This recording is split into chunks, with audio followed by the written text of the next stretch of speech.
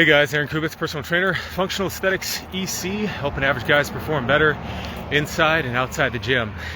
So this is just a off-the-cuff video.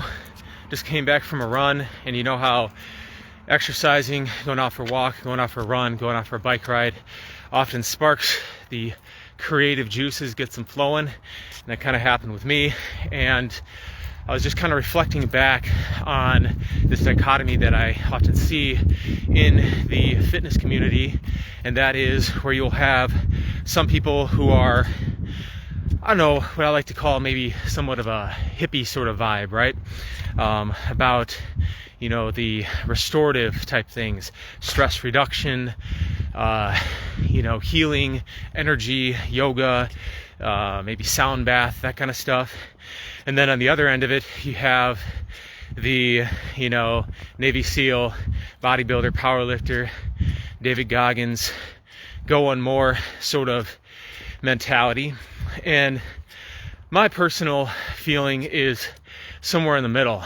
I'm all about becoming stronger, getting better, improving your performance, both mentally and physically, because, we're not always guaranteed that life is going to give us, a pleasant ride. In fact, oftentimes it's going to be bumpy.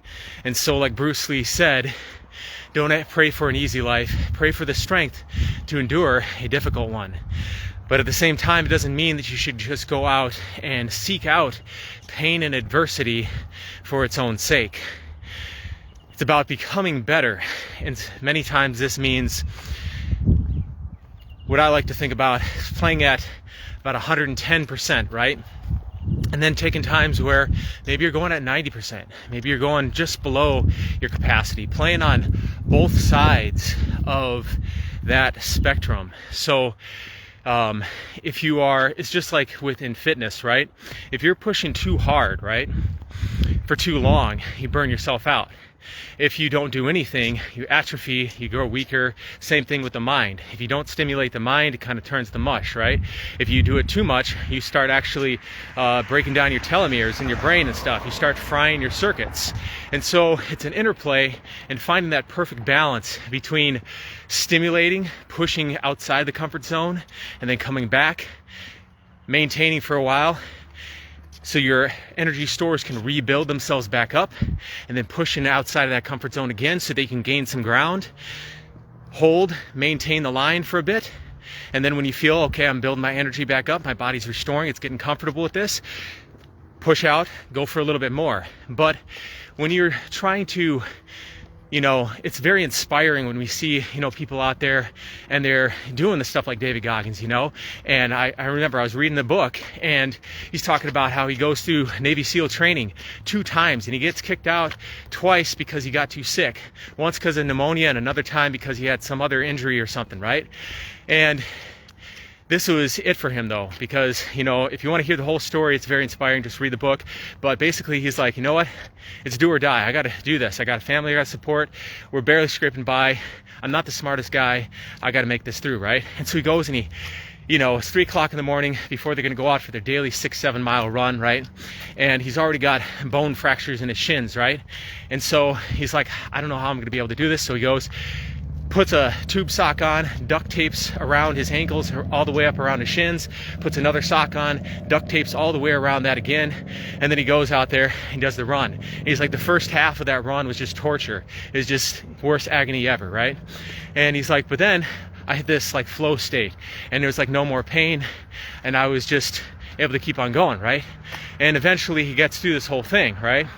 And the thing is that fight or flight response, being in that cortisol, adrenaline state, can make you do things that you wouldn't otherwise be able to do. I remember my mom telling me when I was a kid, there was this woman, and her child was, about to be like, it was like, I don't know, it was like pinned under a vehicle or something like that, but she essentially was able to move this car, little gal, right?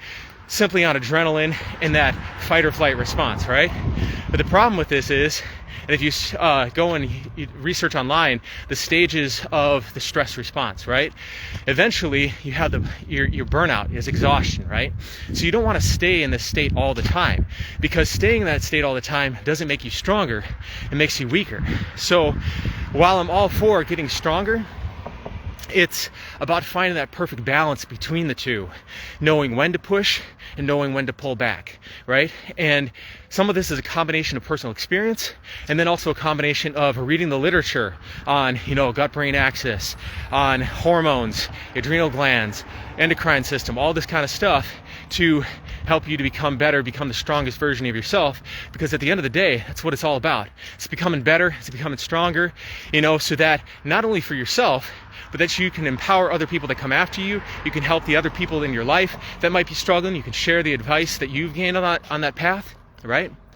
And so, you can only do that if you're doing it smart, right?